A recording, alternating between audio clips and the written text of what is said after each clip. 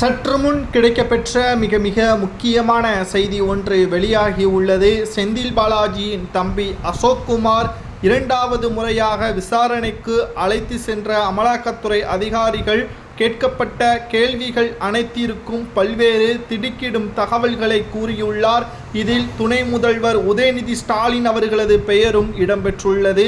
செந்தில் பாலாஜி அவர்களது வழக்கு அதிமுகவின் ஆட்சியின் பொழுது போக்குவரத்து துறை அமைச்சராக செயல்பட்ட செந்தில் பாலாஜி அவர்களில் பல்வேறு மோசடிகள் செய்ததாகவும் வேலை வாங்கி தருவதாக 100க்கும் மேற்பட்டவர்களிடம் பண மோசடி செய்த வழக்கு என்றாலும் கடந்த 3 ஆண்டுகளாக திமுகவின் அமைச்சராக செந்தில் பாலாஜி செயல்பட்டு வருகிறார்.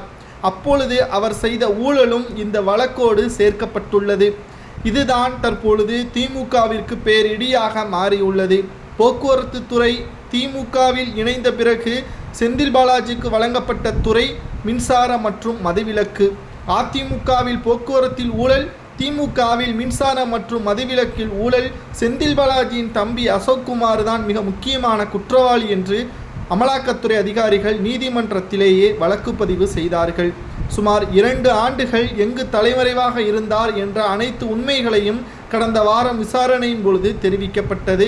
நீலகிரியில் தனியார் பங்களாவில் உதயநிதியின் நெருக்கமான உறவினர் வீட்டில் தங்கியதாகவும் தெரிவிக்கப்பட்டது.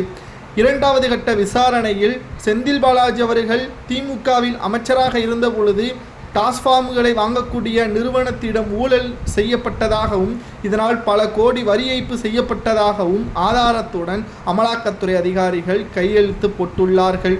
தற்பொழுது செந்தில் பாலாஜி அவர்கள் மட்டுமல்ல, திமுகவில் மிக முக்கியமான அமைச்சராக இருக்கக்கூடிய நிதியமைச்சர் தங்கம் தென்னரசு, உதயநிதி ஸ்டாலின், துரைமுருகன் இதில் வசமாக சிக்குவார்கள் என்றும் எதிர்பார்க்கப்படுகிறது. அடுத்து அமலாக்கத்துறை அதிகாரிகள் குறிவைத்திருப்பது துரைமுருகனாக இருந்தாலும் உதயநிதி வீட்டிலும் சோதனைகள் நடத்தப்படலாம் என்ற தகவல் தான் தற்பொழுது கிடைக்கப்பெற்றுள்ளது.